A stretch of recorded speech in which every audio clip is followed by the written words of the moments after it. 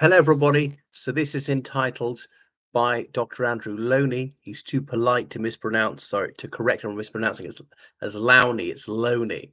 But I've had a thorough read of it. I remember that the second biggest wedding in the 20th century, the biggest one having been 5 years earlier, when the Prince of Wales wed a fair maid called Lady Diana Spencer. So here he is, Prince Andrew is made of Duke of York that morning with Miss Sarah Ferguson. She became Duchess of York. I believe she's actually never a princess because she said that she had has been princess. Apparently that's wrong. I mean, I didn't realize that she didn't take that dignity. She did take the title Duchess because her husband was proclaimed a duke the morning of his wedding, and that's the normal way in the House of Windsor. So if a man's getting married, he's made a duke or whatever, an earl that morning, which is just by signing a document. It's not kneeling and being dubbed. Only knighthoods are like that. Well, having had a more thorough read of it, the scandals are coming thick and fast. Um, we don't get that many particulars about Gordonson's school, which he attended from 1973 to 78. Now, Gordonson was going mixed when he was there. It wasn't as Randy Andy, but according to it doesn't mention any untoward behavior towards teenage girls. And of course, perhaps what he did as an adolescent would be more forgivable because he wouldn't know what he was doing, and especially the Moors of the time. Um, and there are things like the things I was quite good at was actually the running and the lumping heavy stuff and anything practical fixing things when he's in the Royal Navy. Was he awarded the Green Beret when he shouldn't have been? He didn't hadn't quite completed it, but fairly bad naval officer. And of it was just sloughing off duties he found tedious. But it's always egomania for him. Is me, me, me. He believes the people are there to serve royalty and not the other way around. So he really does have this medieval notion of the realm as being a personal fiefdom ruled by fiat, voluntas rex lex suprema est, and so forth, which is why he so warms to those Gulf Arab monarchies, absolute monarchies, as though he believes in the divine right of kings. But they're not so keen on adultery, which he's so eager to commit. I mean, adultery is really the least of his sins. Um, but there's a lot of grossly unethical behavior here, and a lot of the others come out well. If you speak to people, I know people who work for Prince William and Kate Middleton say they're very honourable, decent employers. They're reasonable, they're understanding, they're flexible, they're always unfailingly courteous. And people like Princess Anne, a fuddy-duddy she calls herself, who gets on with her duty, does the best of her ability. She's unglamorous, she's a bit bland, but she's almost never put a foot wrong. Likewise, Prince Edward, who's honourable, and they don't get much reportage because Royal behaves well. That's never a headline. Royal behaves outrageously. Now that's going to sell newspapers. So he knew Epstein from 1991, not 1999. Lied. And another thing that came out is Buckingham Palace lies a lot. That no, no, no, Prince Margaret's marriage was not in trouble. Well, it was. No, that Prince Philip never committed adultery. Well, he did. And Prince Margaret, when she got divorced, I mean, partly because her bisexual husband was having affairs with men and women. I'm not sure if she was at that stage, or that yeah, Charles and Diana's wedding marriage was not in difficulties. Well, it was by the late 80s. That was blatant. It was so bad they couldn't even bring them to conceal their mutual loathing when they're putting on a brave face in public. That Andrew and Fergie, that their marriage was going very strong when it wasn't, when it was in very bad trouble within about 4 years. And so lie after lie after lie. So why should we believe them? So he's lied about when he knew Epstein and stuff like that, although he didn't perspire and things like that. Okay, so the Epstein stuff is bad, and then it was a colossal mistake to make him representative for United Kingdom Trade and Investment, UKTI. And as a naval officer, there 11 officers ranks. He got to the fifth.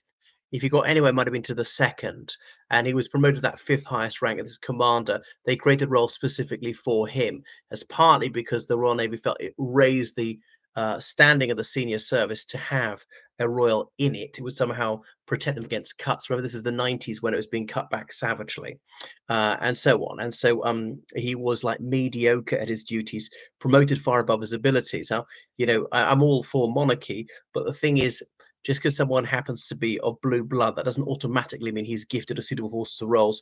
Apparently, the one who's perspicacious, as somebody knows him best, his elder brother Charles, who saw that this was going to be a catastrophe. Prince Andrew, who's known for his graft his self-centeredness. So he always was about self-service, not public service. His lack of anything ethical concerns, having little or no idea or concern about what's legal and what isn't. He always sort of self-enrichment because although he was sort of second line to the throne for a time, he wasn't that rich. I mean, it probably wasn't even the top thousand in the United Kingdom. It was only getting £250,000 a year. Well, that's not that bad from the civil list as it then was. Um, but lots of other freebies, and he had to pay some staff out of that. So the people living at Gordon's were much richer than he was. Um, but Loney's book is fair. It goes out of his way to quote people who did have a high opinion of Prince Andrew. He did make the difference sometimes in the Middle East. He did seal some deals. And the Soviet Union, okay, Moscow had some visits from British royalty. Places like Azerbaijan and Kazakhstan, they'd never been visited by a member of the British royal family, and they welcomed that. And government ministers are 10 a penny. And the Prince of Luxembourg told me this: going to China, Chinese ministers, they meet foreign civil servants, diplomats, politicians all the time. It's tedious. A prince is different, even from a little fart of a place like Luxembourg. Um, and was all about self-enrichment, and sometimes he aggravated the situation. He mortally offended Sultan Qaboos of Oman by asking for money.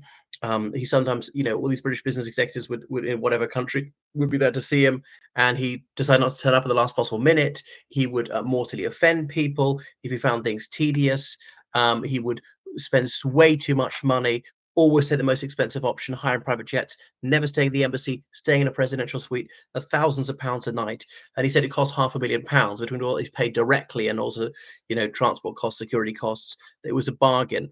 And although he did generate a lot of trade, I mean, anyone could have generated some of that trade. Sometimes he drove it away, or then taking commissions, Picture Palace, taking a cut for himself when it wasn't about that. That's not on. Abuse of office. Okay.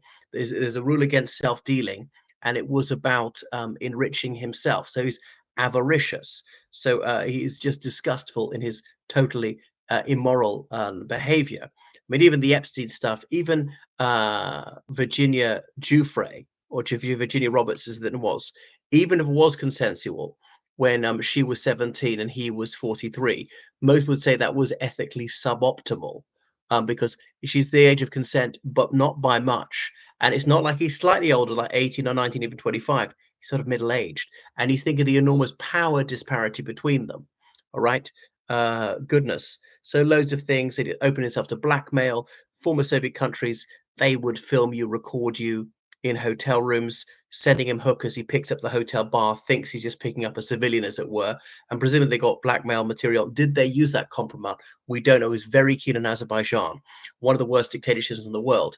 Now, I can't blame him too much for dealing with totalitarian states. His brief was to do as much for trade investment as you can, okay, without concerning yourself about the human rights record of this country. That wasn't his mission. And so stick to the mission.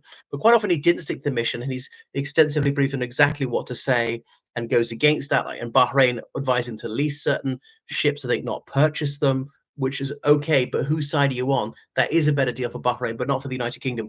Bringing Epstein along at British taxpayers' expense, meant to make money for the UK, not for the United States. America's got its own trade representatives, railing against the anti-corruption people, and also his naivete in saying things which he should just keep stum about, and so forth. And yes, we know that a lot of things only happen if you cross someone's palm with silver in certain countries, but it's still illegal in the United Kingdom if you do, even if you do it abroad. So you should be avoiding controversy, not creating it. It's always making waves and so on. But there were times when apparently he was well informed about certain topics. I've got to give him credit. Occasionally he succeeded, but he should be succeeding almost all the time. It's not one or two mistakes. It's endemic. It's repetitive. So please, by the way, write some comments as we're going. Make sure you subscribe on Patreon. He's just vile. And then with Timur Kulibayev, the son-in-law, the president of Kazakhstan, the former president, Nursultan Nazarbayev, when Prince Andrew put his house, Sunning Hill Park, on the market for £12 million. That's apparently £3 million more than its true value, and the guy pays £15 million. So £3 million more than the asking price is any bidder, and £6 million more than it's really worth. £6 million 20 years ago. What's that worth? £12 million now. Wow, which is a sort of massive bribe, and loads of things. So he's misusing his position for personal enrichment, even when that's actually weakening the United Kingdom's position, and grossly offensive to people, throwing tantrums, verbally abusing people, swearing at people, and he's the only one that the protection officers, the servants say just behaved atrociously. And he's dim enough to honestly think that royalty are a superior species, that this is no more than his due. And I know that's a psychological bias, that people are very fortunate, think they deserve it rather than accepting, I'm just lucky and I just actually don't all deserve all this stuff. So it's precisely because he's academically subnormal that he falls into the trap of thinking that he deserves all this stuff. And in New York, being stupid enough to introduce himself as the Duke of York, as though most Americans know what that is. So anyway, he is utterly disgraceful, and he's dragged the House of Windsor's name through the mire. And it takes away from all the good work that other members of the royal family do. So he's just absolutely appalling. He's been stripped of his titles a long time ago. Why? And because he's a royal, he got away with it. That the police had no case to answer, that people wouldn't complain about him, they're afraid of losing their careers, his personal protection officers, various diplomats, the royal, the government didn't take firm action. The Labour government under Tony Blair, within a couple of years, they knew this was seriously bad. And Sir Chris Bryant knew that, but he wasn't removed from his position. And actually, it would have been better for the royal family in the long run if he had been. And it took Cameron's government to do that. I mean, admittedly, it's not just because the Conservatives are better. It's been going on for so long, been so many disasters, so many scandals, plus the association with Epstein, which is beyond imprudent. So it was the poor judgment on his past. So many injudicious utterances and actions and so on, his complete disregard for taxpayers' money, just living it up at our expense. And one of the things he doesn't drink, I think that's one of the lacuna in the book. Why does he never touch alcohol? All the rest do, I mean, not too much. Imagine how bad it'd be if he did get drunk. Goodness. So that is His Royal Highness. And then I think another big mistake was the Queen's backing of him. The Queen loved him, her weakest child, and he got away with so much. When some sort of Epstein scandal broke, the very next day, she made him a knight of a different order of chivalry to signal her support for him. And that reflects great discredit on her when she should have been penalizing, distancing him for the sake of the whole royal family. You've got to cauterize him. Anyway, thanks for watching my channel. Make sure you subscribe on Patreon, donate PayPal, georgecallan79@gmail.com, and purchase entitled. Okay, toodaloo.